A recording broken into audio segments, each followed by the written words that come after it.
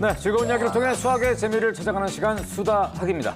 얼마 전에요, 교육부가 주관한 참 좋은 학교 공모전이라는 게 있었는데 여기에서 최종 선정된 초등학교, 당연히 참 좋은 학교겠죠. 네. 이 가장 큰 특징이 자연 친화적 교육 환경을 조성했다는 게 아주 큰 특징이라고 합니다. 그러니까 학교 숲에서 이렇게 생태 학습도 하고요. 예, 사계절 내내 체험 학습을 통해서 이렇게 자연 친화적인 교육을 한다는 얘기죠. 그러니까 이 책상 앞에서만 배우는 것이 아니라 자연으로 나가서 우리가 배울 수 있는 것들이 더욱더 무궁무진하다. 이걸 보여주는 거죠. 그렇죠. 우리 수다학에서 선생님들께서 강조하신 것도 있잖아요. 네네. 네, 책상 앞에 앉아가지고 1, 2, 3, 4 하는 것보다는 밖에 나가서 돌멩이 하나, 둘, 셋, 넷 세워보고 나무 한 그루, 두 그루, 세 그루 이렇게 해보는 게 기억에도 훨씬 오래 남고 흥미 유발에도 좋다. 그렇습니다. 이렇게 자연 친화적인 교육이 굉장히 중요한데 이 자연 친화적인 교육은 그러면 어떻게 해나가야 되느냐? 이 또한 이분들에게 여쭤보면 될 것 같습니다. 네. 김세식 선생님, 손은지 선생님 나오셨습니다. 안녕하세요.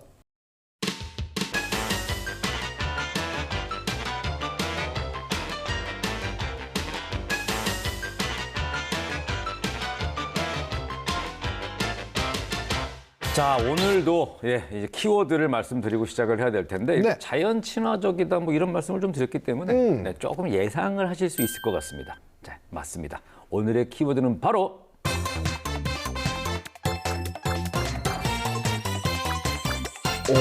빠밤, 식물입니다. 식물. 식물이군요. 이게 자연학습하고 식물, 당연히 이건 일맥상통하는 얘기 아니겠습니까? 그럼요. 우리 잎의 수를 세서 그거를 표나 그래프로 나타내보는 활동도 소개한 적이 있었잖아요. 네네네. 그러니까 직접 하는 체험학습은 또 이 자연을 이용하는 것만큼 좋은 게 없어요. 맞습니다. 사람이 태어나서 자라는 것도 어떻게 보면은 자연적 현상이고 또 네네. 일종의 규칙을 따르는 거라고 우리 할 수 있잖아요. 그렇죠. 그래서 마찬가지로 이 식물도 싹을 틔우고 꽃을 피우는 과정 속에서 일정한 패턴, 일정한 규칙이 있을 거고요. 그러니까 이런 걸 찾다 보면 식물에서도 또 우리가 수학의 흥미를 느낄 수 있지 않을까 이런 생각이 듭니다. 사실 식물은 종류도 굉장히 많잖아요. 그렇죠. 그래서 소나무, 대나무, 장미, 튤립 같은 꽃, 또 이름 모를 들풀 많잖아요. 네. 얼마나 많습니까? 계절이나 환경에 따라서 변하는 모습을 보면 아름답고 참 흥미롭죠. 맞습니다. 이게 딱 4월쯤 되면 네. 벚꽃이 쫙 폈다가요. 그렇지. 어느 순간에 또 이제 녹색으로 변했다가 단풍이 들었다가 이런 것들이 다 여기 포함되는 걸 맞아요. 네, 그런 식물의 움직임 속에서 수학은 어떻게 작용하는지 오늘 알게 되면 앞으로 체험학습에도 더 많은 도움이 될 수 있을 것 같습니다. 네. 자, 과연 식물을 움직이고 있는 수학, 식물 안에 숨어 있는 수학, 어떤 것들이 있을지 지금 바로 만나보겠습니다.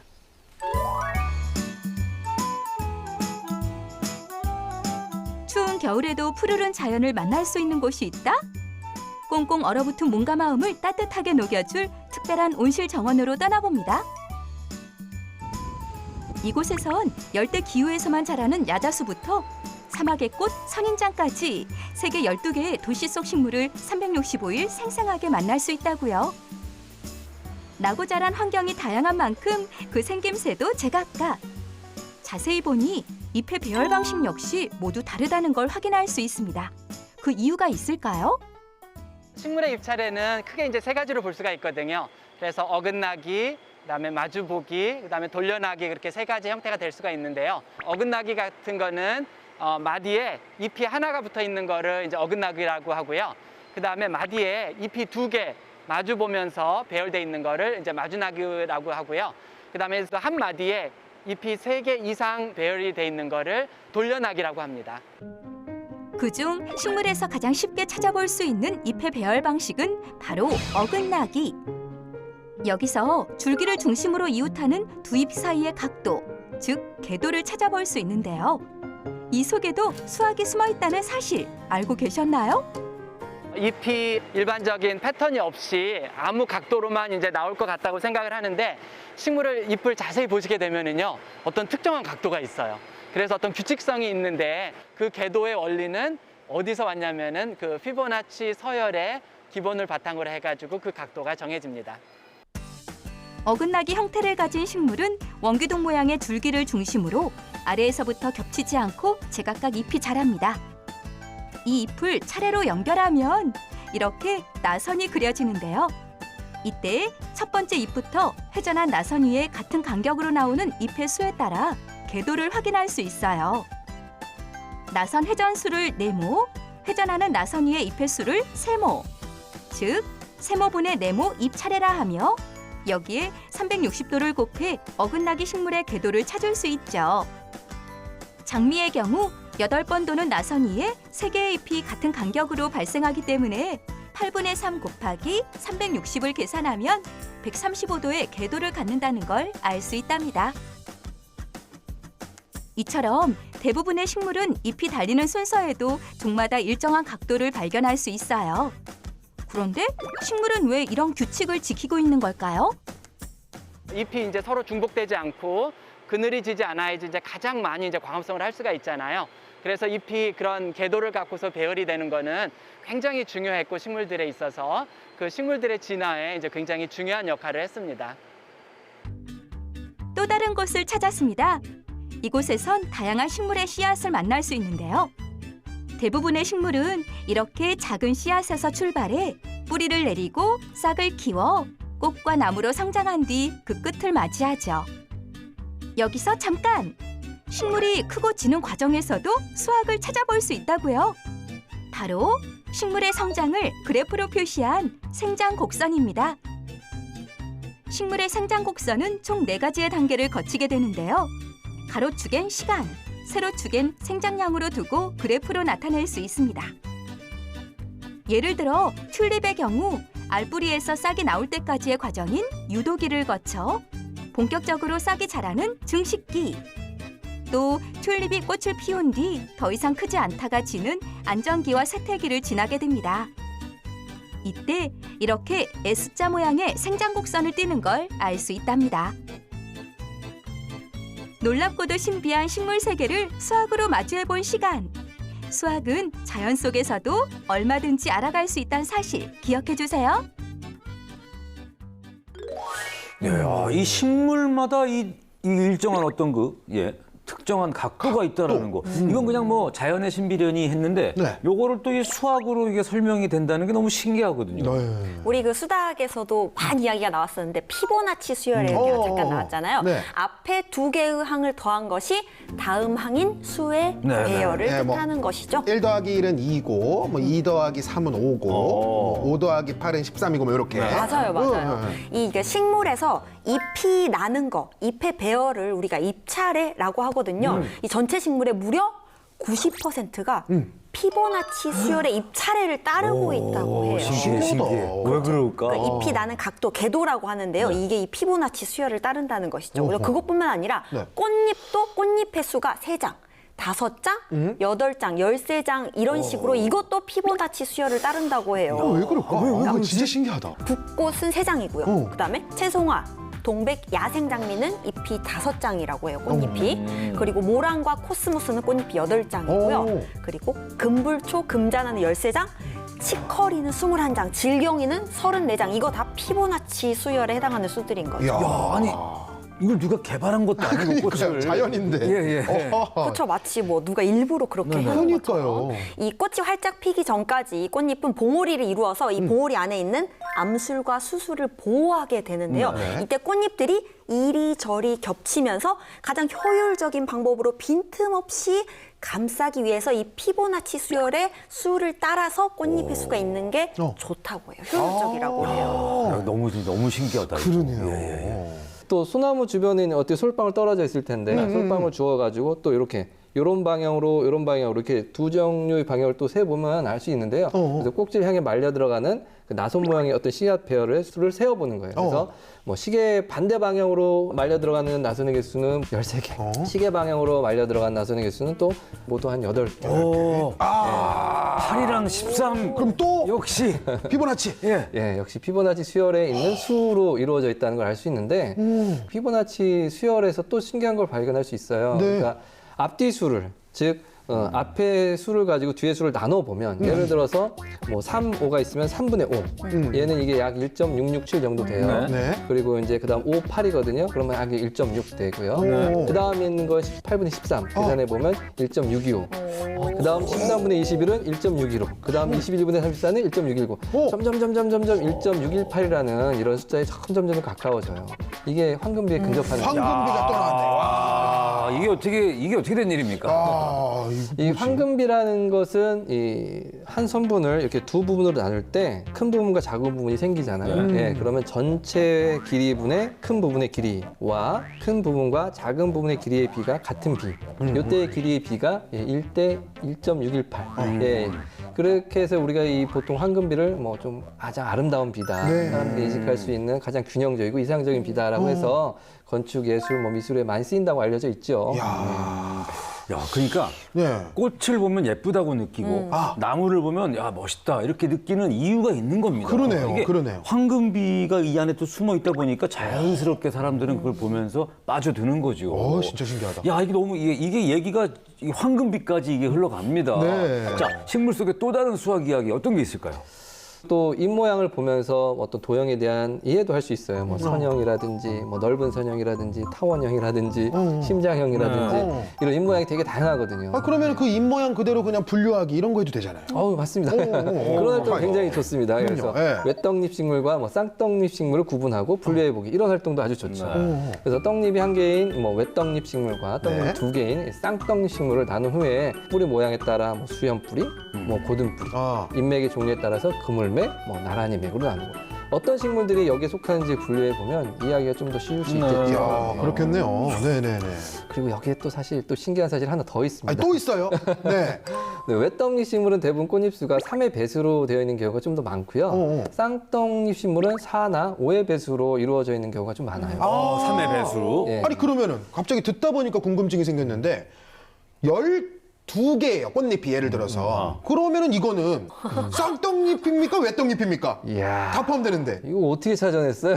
날카로웠죠? 날카로웠죠? 아주 3의 배수이기도 하고 4의 배수이기도 하니까. 그렇죠. 예, 예. 아주 날카로운 지적입니다. 네, 좋은 지적이고요. 네. 12가 4와 3의 최소 공배수잖아요. 네. 네네. 최소 공배수기 때문에 이걸로만 분류하면 이게 쌍떡잎 식물일 수도 있고 외떡잎 식물일 수도 있어요. 그런데 이럴 때는 꽃잎의 수가 아니라 뿌리 모양이나 관다발 형태나 잎맥 등으로 구분하는 거예요. 그것만으로 구별하는 게 아니라 이렇게 말씀해주신 것처럼 식물 속에서 수학을 찾을 수도 있지만 반대로 수학 용어 중에서도 또 식물과 관련된 게 있어요. 수학 용어요? 용어 네. 중에요? 더하기? 뭐, 저희는 요 정도 수준이라서 더하기 빼기 요 정도. 이제 우리 초등학생 친구들도 잘 모를 텐데 이 친구들이 뭐 중학교, 고등학교 가면 만날 수 있는 루트라는 거. 루트. 그렇죠. 그 친구 알죠? 그렇죠. 네. 이렇게 쓰는 거. 네. 이게 바로 뿌리에서 왔거든요. 우리가 그렇죠. 제곱해서 x가 되는 수를 제곱근 x, 뭐 x의 제곱근 이렇게 얘기하는 거거든요. 네네. 이 제곱근의 기호가 소문자 r에서 유래한 것으로 라틴어에서 뿌리를 뜻하는 라딕스에서 가져왔다고요. 뿌리를 뜻한다는 거죠. 그래서 이렇게 자연이나 식물에서 유래한 용어들을 또 한번 찾아보면 좋을 것 같아요. 수학 용어들 중에서. 야, 식물에 숨어 있는 수학을 찾다가 이제는 수학에 숨어 있는 식물을 찾았어. 그렇죠. 좋은 네네네. 표현입니다. 예. 야, 이거는요. 그냥 가만히 듣다 보니까 모든 게 다 활동으로 이어집니다. 꽃잎도 세어볼 수 있고요. 맞아요. 분류해 보고요. 그러니까 오늘은 뭐 이것과 관련된 활동이 뭐가 있나요? 이렇게 여쭤볼 필요가 없이 그러니까요. 지금 말씀해 주신 것들이 다 관련 활동입니다. 그 자체가. 그죠? 그러네요. 그럼요. 그럼에도 불구하고 불구하고. 몇 가지만 소개해드리자면 이 4학년 1학기 과학. 과학. 3단원 식물의 한 살이에서 잎과 줄기가 자란 정도를 아이들이 직접 측정해보는 또 활동이 있거든요. 그러니까 이런 경우에는 수학이랑 과학이랑 다 연계해서 길이 재는 방법 우리 또 수학 시간에 공부하잖아요. 그렇죠. 그러니까 길이를 직접 재면서 길이감도 기를 수 있고 또 4학년 2학기 과학 1단원 식물의 생활에서는 잎의 생김새에 따라 또 식물을 여러 가지로 분류해 보거든요.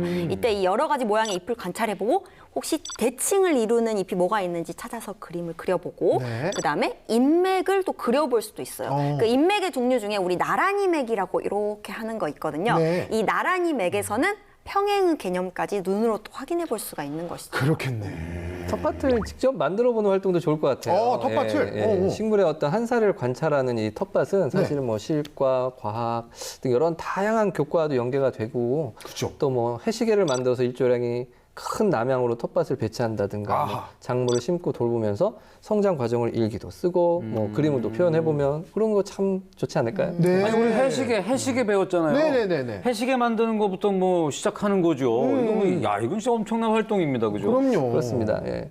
또 초등학생들에게는 또 곱셈 연습할 때도 자연스럽게 이제 뭐 계산하는 수도 있는데요. 그래요? 왜?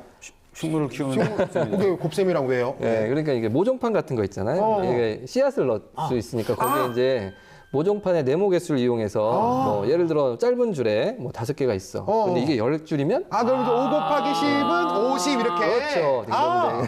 뭐 긴 줄에 10개고 짧은 줄에 5개면 그것도 50. 그렇죠. 야, 이거 술술 잘 나오시네요. 대단한데요. 예. 요 정도는 할 수 있죠. 그래서 뭐 하나의 네모에 그런데 2개씩 만약에 씨앗을 2개씩 넣는다면 씨앗은 몇 개 필요하냐. 이렇게 다양한 상황을 통해서 뭐 곱셈을 자연스럽게 익힐 수 있을 것 같아요. 아니 우리가 식물을 보면서 지금 뭐 대칭이라든가 황금비, 그 뭐 도형에 관련된 거, 연산에 관련된 거, 뭐 지금 수없이 많은 관련 활동이자 학습이자 뭐 아주 굉장히 효과적인 얘기들을 지금 쭉 들었기 때문에 네. 메스키치는 굉장히 부담스럽겠는데요? 많이 부담스럽습니다. 아니, 다 나온 것 같은데. 아니 이렇게 잔뜩 다 알려주시고서는 뭘 만들어야 될지 모르겠는데 자 하지만 제가 누구겠습니까? 우리 메스키친 계속해서 이어나가기 위해서 네. 오늘 또 엄청난 걸 만들고 왔습니다. 기대해 주십시오. 네, 김수진 선생님 기대하겠고요. 저한테도 좀 기대 좀 네, 해주세요. 만들면서 움직이는 수학 메스키친 만나보겠습니다.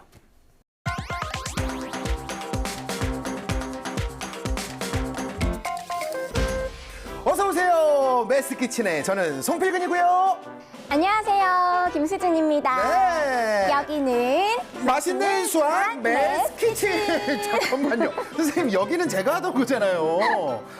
오늘도 의욕이 아주 넘치시는데 좋습니다. 자 선생님 오늘은요 저희가 식물을 움직이는 수학에 대해서 공부를 해보고 있습니다. 그런데 뭐 만드실 거예요? 이것도 만들게 한다고 막 식물 살아있는 꽃 막 꺾어가지고 뭐 그런 거 만들 거 아니죠? 그럼요. 절대 안 되죠. 네네. 오늘은 나무를 직접 만들어 볼까 합니다. 나무를 만들어요? 나무를 만들려면 일단 지금 씨앗을 심고 최소한 내년 정도는 돼야지 확인이 될 텐데 그러면은 내년에 다시 모이면 됩니까? 아니요. 아니에요? 지금 당장 우리 친구들과 뚝딱 만들 수 있는 나무. 나무! 바로 트리를 만들어 볼까 합니다. 트리! 울면 안 돼.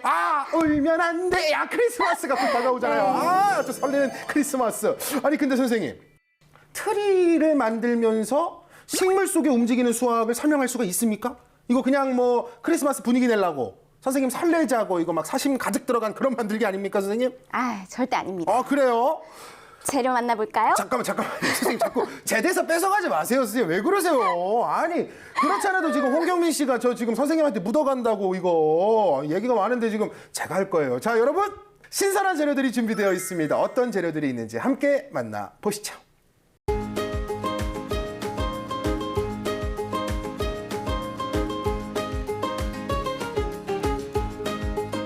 야 트리를 만들다니 진짜 기대가 됩니다 선생님. 근데 뭐 생각보다 이것도 뭐 준비물이 그렇게 막 많이 필요하고 그런 건 아니네요. 그럼요. 종이랑 테이프 정도만 있으면 됩니다. 그러니까요.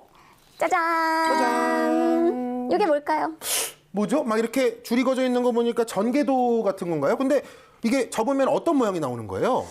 함께 접어보면 알 수 있겠죠? 네네네. 세근 씨도 같이 함께 저도 접어볼까요? 여기 있네요. 자, 접어봅시다. 오케이. 자, 그러면 선을 따라서 이렇게 접어서 제가 풀칠할 곳을 접어놨는데 여기를 풀칠을 딱 하면 이렇게 그러네. 정사면체가 만들어집니다. 딱 이렇게 네. 약간 삼각형 모양이네요. 네, 삼각뿔이라고 하죠. 삼각뿔. 야. 오늘 만들 트리는 이걸 여러 개 모아서 네네. 만든 이제 붙이는 게 핵심입니다. 야, 요거를 여러 개 만들어서 붙인다. 어떤 모양이 나올지 뭐 쉽게 예상이 되진 않는데 어떻게 하면 돼요? 요걸 접어서 붙이면 우리가 아래에다가 3개, 위에다가 하나를 이렇게 올려서 붙이면 이 정사면체를 붙여서 모아서 만들어서 네네. 또 정사면체를 만들었습니다. 그러네요. 여기서 이제 볼 수 있는 아주 중요한 수학의 원리를 알려드릴게요. 수학의 원리 어떤 겁니까? 바로 프랙탈입니다. 프랙탈. 프랙탈은 부서지는 또 일부분인이라는 의미를 가지고 있으면 네. 작은 구조가 전체 구조와 비슷한 형태로 끊임없이 되풀이 되는 것을 뜻합니다. 아하, 저 그거 예전에 배운 적 있거든요. 그 눈꽃송이 결정 있잖아요. 되게 작은 게 모여가지고 큰 눈꽃송이가 되는데 알고 보면 작은 거나 큰 거나 모양이 똑같았던 그래서 굉장히 신기했던 기억이 있거든요, 선생님. 네, 맞아요. 고사리와 같은 양치류 식물에서도 확인할 수 있어요. 아, 그림에서 알 수 있듯이 네네. 나무의 어느 부분을 확대해도 전체 나무와 똑같은 모양이 나타나죠. 이게 바로 프랙털 구조입니다. 아하. 이러한 성질을 자기 유사성이라 부르고 이러한 현상이 무한히 반복되는 것을 순환성이라고 하는데요. 이 자기 유사성과 순환성이 바로 프랙털 이론의 핵심이라고 할 수 있습니다. 아, 그렇군요. 아니, 근데 우리가 오늘 뭐 고사리 만드는 건 아니잖아요. 그렇죠. 고사리 틀 오늘 우리가 거 아니잖아요. 만드는 거는 고사리가 아니라 고사리가 아니라 바로 시어핀스키 피라미드입니다. 어떤 스키요? 시어핀스키 피라미드. 아, 피라미드. 여기서 프랙탈을 이해할 수 있다는 거죠. 오호. 주어진 정사면체의 모서리의 중점을 연결했을 때 생기는 작은 피라미드 4개를 제외한 부분은 가운데 부분을 제거하는 과정을 무한히 반복하면 이 시어핀스키 피라미드가 됩니다. 아하. 이걸 나눠가는 게 너무 어렵다 보니 우리는 쌓아가면서 개념을 이해하는 거예요. 이 시어핀스키 피라미드에는 규칙이 있는데요. 네. 바로 0단계에서는 1개, 한 개. 1단계에서는 4개, 네 개. 그리고 2단계에서는 16개, 16개. 3단계에서는 64개로 오. 바로 앞 단계의 정사면체 수의 4배가 되는 규칙입니다. 아, 단계가 늘어남에 따라 남은 정사면체마다 4개의 정사면체가 더 만들어지죠? 아, 그러네요. 그렇기 때문입니다. 아. 네, 이런 원리에 의해서 정사면체를 이어 붙이다 보면 네. 짜잔! 짜잔! 오! 예쁘죠? 이런 모양이 나오는 겁니다. 오, 예쁘다. 와. 아니, 선생님이 크리스마스 트리라고 처음에 말씀하셨잖아요. 그거 왜 그렇게 말씀하시는지 알 것 같아요. 진짜 약간 트리 느낌이 나는데요? 네, 예쁘죠? 아, 오늘 정말 트리를 만들면서 공부도 확실하게 한 그런 느낌이 듭니다. 그러면 이제 다 만들었으니까 마치면 됩니까, 선생님? 안 돼요. 안 돼요? 잠깐. 잠깐만. 왜? 안 왜 이렇게 돼요. 갑자기? 왜? 트리의 마무리는 장식이잖아요. 아, 장식 그러네. 아, 내가 그걸 깜빡했네. 트리는 또 이것저것 막 걸어줘야죠, 또. 네, 제가 그래서 예쁘게 오! 감성적인 아! 트리를 준비했습니다. 약간 요거 그런 좀 느낌이네. 전구 네. 막 이렇게 감싸놓은 느낌이에요. 씌워주실래요? 오, 오케이. 자, 여기다 놓고. 그리고 오, 마지막으로 네. 이거 하나 오, 정도 야, 그렇지. 붙여줘야죠. 요거는 꼭 이제 위에, 맨 꼭대기. 그렇지. 와.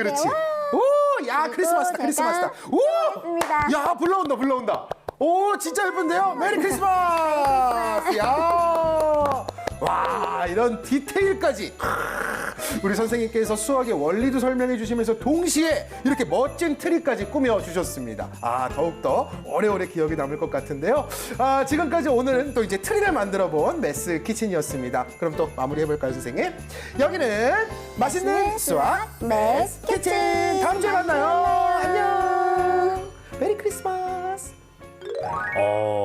트리를 만들었어요. 아. 이 용어가 조금 제가 정확히 기억하는 건지 모르겠는데 시어핀스키 피라미드. 네, 저도 처음에 욕인 줄 알았어요. 약간 좀 예. 스키라고 어감은 좀 그렇습니다만. 지난번에 이제 빨대를 가지고 우리 친구들이 크게 이렇게 만드는 거는 봤는데 네. 야, 이거 종이 접기로 이게 가능하네요. 제가 직접 또 가지고 나오지 않았습니까? 예. 아, 자, 들어갑니다. 큐! 크리스마스 분위기 훨씬 나버리죠. 불빛까지 직접. 예, 대단하다. 자, 요게 이제 저희가 직접 만들어 보니까 진짜 이해도 빨리 되고 정말 뿌듯했습니다. 어떻습니까? 진짜 이렇게 전구까지 네, 번쩍번쩍하니까 예쁘죠? 정말 예쁘네요. 그러니까 또 하나 유명한 프랙탈 구조로 이루어진 입체 도형이 있거든요. 이거 네네. 말고도 바로 맹거 스펀지라는 거예요. 맹구요? 네, 맹거 맹거요? 스펀지. 아, 맹거 스펀지. 네네네. 이 정육면체를 크기가 같은 27개의 정육면체로 나누고 또 각 면의 중앙에 있는 정육면체 6개와 정중앙의 정육면체 1개를 쏙 빼내는 거예요. 이 과정을 계속 반복하면 이런 모양이 나오거든요. 이 맹거 스펀지도 필근 씨가 만든 시어핀스키 피라미드처럼 역시 단계를 반복할수록 표면적의 합은 점점 커지고 또 부피는 반대로 점점 작아지게 돼요. 아하. 그렇다면 문제, 여기서 맹거 스펀지는 어디에 쓰일 수 있을까요? 스펀지니까 이제 예, 뭐 설거지하고. 수세미나 뭐. 정답! 맞아요, 맞아요. 진짜로? 진짜요? 네. 그러니까 건널비가 점점 커짐에 따라 부피는 또 작아지기 때문에 이 구멍마다 물이 싹 스며들면서 엄청 많은 양의 물을 빨아들일 수가 있거든요. 아. 그래서 이 스펀지, 뭐 수세미 같은 스펀지로 사용하기에 적합한 거죠. 아, 어머, 신기하다. 세상에. 그냥 웃기려고 얘기했는데. 뒷걸음질 치다 쥐를 잡으면 이런 기분일까요? 또 다른 프랙탈 도형의 대표적인 예로는 코어의 눈송이 곡선이라는 게 있어요. 예, 코 곡선을 만들려면 네. 정삼각형의 각변을 3등분 한 뒤에요. 네. 예, 한 변의 길이가 처음 정삼각형의 3분의 1에 해당하는 네. 정삼각형을 그림과 같이 보이시나요? 붙여야 됩니다. 이렇게. 예, 그 결과 각 변에 대해서도 얻은 그렇게 해서 나온 각 삼각형이나 이런 위의 변에서도 이 과정을 계속 반복하는 거예요. 그러면 이렇게 이제 코의 눈송이 곡선이 만들어집니다. 그리고 이 프랙탈 도형이 복잡해 보이지만 네. 둘레의 길이도 직접 계산할 수 있어요. 둘래요? 그건 좀 어려운 거니까요. 잘 보면요. 이 단계를 거듭할수록 총 변의 수는 4배가 되고요. 한 변의 길이는 이전 도형 변의 길이의 3분의 1이 되거든요. 그러니까 결국 곱하기 4 나누기 3이니까 처음 둘레 길이의 3분의 4배가 된다는 것이죠. 그러니까 한 번 단계를 거듭할 때마다. 야, 신기하네. 아니, 이게 네. 저는 너무 신기한 게 그 고사리나 눈송이 같은 데서 볼 수 있는 그 자연 현상을 네. 직접 만들면서 이렇게 알 수 있다는 게 굉장히 좀 신기했거든요. 그러니까요. 네, 맞습니다. 이게 피그 씨 그 트리 만든 거 보면 어때요? 그 일정한 규칙성도 보이고 예쁘죠. 네네, 예. 그쵸. 만드는 과정에서 또 이해도 쉽고. 예. 사실 이렇게 그 식물 속에 있는 수학 원리를 체험학습으로 찾아보거나 이렇게 만들기를 통해서 이해하다 보면은 사실 좀 수학이 쉽게 이해되기도 하고 또 흥미를 느끼기도 하죠. 네, 이렇게 오늘 정말 너무 신기한 하루를 보냈는데요. 이 자연 속에서 움직이는 수학, 글쎄요. 이 책상 앞에서 배울 수 있는 것과는 또 차원이 완전히 다른 이렇게 자연을 통해서 접하는 것들이 아이들에게는 훨씬 더 쉽게 다가갈 수 있다고 하니까요. 자연 학습을 통한 아이들의 수학 공부 놓치지 말고 함께 해주시길 바라겠습니다. 저희 유튜브 YTN 사이언스 채널에 오시면 수학 함께 하실 수 있으니까요. 오셔서 구독, 좋아요, 알림 설정 띠용띠용 많이 해주시길 부탁드립니다. 오늘도 함께 해주신 김세식 선생님, 소른지 선생님 너무 감사드리고요. 태근 씨도 감사드립니다. 저희는 다음 시간에 더욱더 유익하고 재밌는 수학 이야기 들고 찾아오도록 하겠습니다. 고맙습니다.